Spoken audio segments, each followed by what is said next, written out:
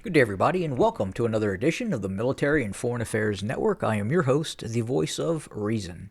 Today, we are continuing our coverage of the ongoing civil war taking place inside of the former state of Ethiopia. And before I start, a quick overview of the map you are looking at. And I'll try to, again, if you were just joining us, explain what you are looking at. So, the area in red is controlled or under the relative control of the Abiy loyalist forces located inside of Addis Ababa, also known as Finfane.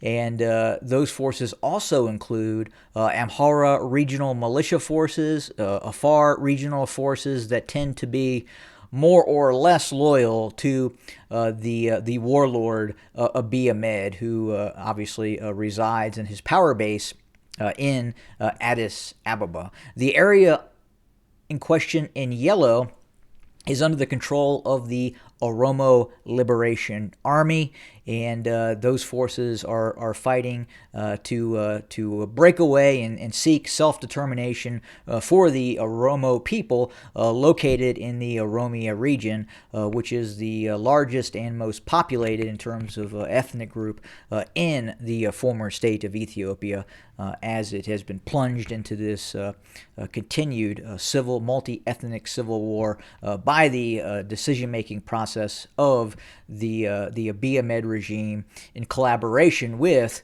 the outside state of the despotic regime of Eritrea led by Isaias Afwerki. And to the north, we have in the green, areas controlled by the Tigray region, which is now, for all intents and purposes, a fully autonomous and or independent region governed by its own leadership and fully supported by the Tigrayan Defense Forces, which are the army, the armed forces of the Tigray region, which has broken away now from the fragmented former state of Ethiopia. But specifically, as we watch this continued war taking place, we have reported that within the last several weeks, the Abiy loyalist formations attempted a counteroffensive against the Oromo Liberation Army. The OLA, has taken large areas of both western Oromia region and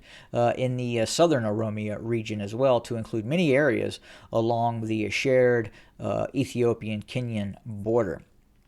But specifically, we're looking at the West Shia Zone and specifically operations by both the OLA and the ENDF, the Ethiopian National Defense Forces, aka the Abiy loyalist formations that have been operating against each other, especially west of Addis Ababa. And we know that over the course of the last several weeks, the Abiy loyalist formations have attempted a fairly sizable counteroffensive against the OLA. And now we can confirm that that operation has been relatively unsuccessful. The OLA has been able to maintain the siege of Ambo. Ambo continues to be under siege by the forces of the Oromo Liberation Army. And furthermore, the Abiy loyalist formations that are operating west of Addis Ababa, there are reports of ammunition shortages, of supply shortages, and troops that were deployed against the OLA, both regional forces, federal police forces, and obviously regular formations of the ENDF, and to include elements of the regime security force, the Republican Guard, had also been deployed as well.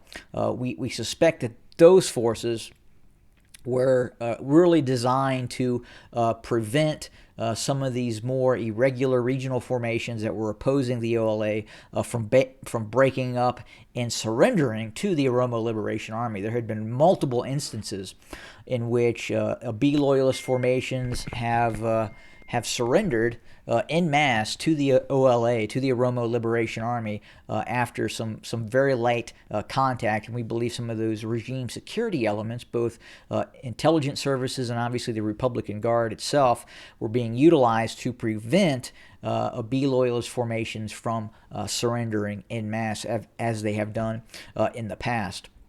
But due to the war that took place, the major offensive by the Tigrayan Defense Forces, in which we observed major towns and cities in the eastern and to some extent the northern Amhara region being secured by the TDF, and the ensuing battles that took place have greatly really harmed the Abiy loyalist formations.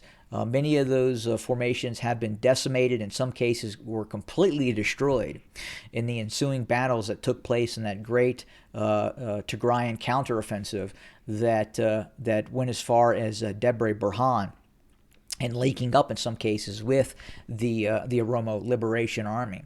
But because of those battles, because of those defeats at the hands of the Tigrayan Defense Forces, the ENDF, the Ethiopian National Defense Forces, the Abiy loyalists, military capacity has been greatly reduced. And those forces that have recently went on the offensive against the Oromo Liberation Army simply were not prepared for the current operations that they were facing in regards to trying to clear out and seize control of some of these areas that the OLA have taken. And right now, it would appear that that operation, that counteroffensive, one, to relieve Ambo and try to secure many of these towns that have been taken into the west and to the northwest of Addis Ababa, has failed. And it would appear that we're really seeing widespread, in some cases, defections. We're seeing the disintegration of some of these haphazardly introduced combat units that were deployed against the Oromo Liberation Army. There's also an issue with the supply of weapons for the Abiy loyalist Air Force. Obviously, it is not getting the same sort of inflow of supplies that it was getting, and we also believe that quite possibly some of these supplies are being diverted to the ongoing war that is taking place between Ukraine and Russia. But there is definitely a noticeable issue with the ability of the Abiy loyalists to supply itself on the ground, especially those forces facing off against the Oromo Liberation Army in the west. And you have to ask yourself that if the Tigrayan Defense Forces were to mount another major offensive against the Abiy loyalist formations, against the Amhara regional militias that occupy western Tigray, what would happen? Is the Abiy loyalist formations in a state in which they could resist the onslaught of the Tigrayan Defense Forces if they were to choose to mount another large-scale offensive operations? And I think many analysts are asking that question, and obviously the despotic state of Eritrea would come into play as well. Would Eritrea directly support the Abiy loyalist formations in ongoing war against the Tigrayan Defense Forces, as it had done earlier? And it's difficult to ascertain at this point. But again, back to the much reported counteroffensive by the Abiy loyalist formations that appears to have failed, and the siege of Ambo continues.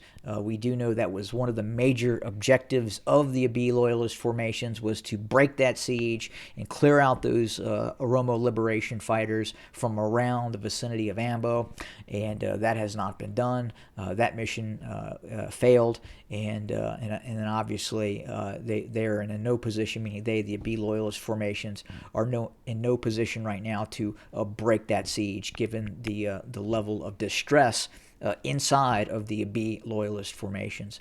But that's what we have in terms of our battlefield reports and analysis of the ongoing civil war in the former state of Ethiopia. Thank you very much for joining us. Have a good day.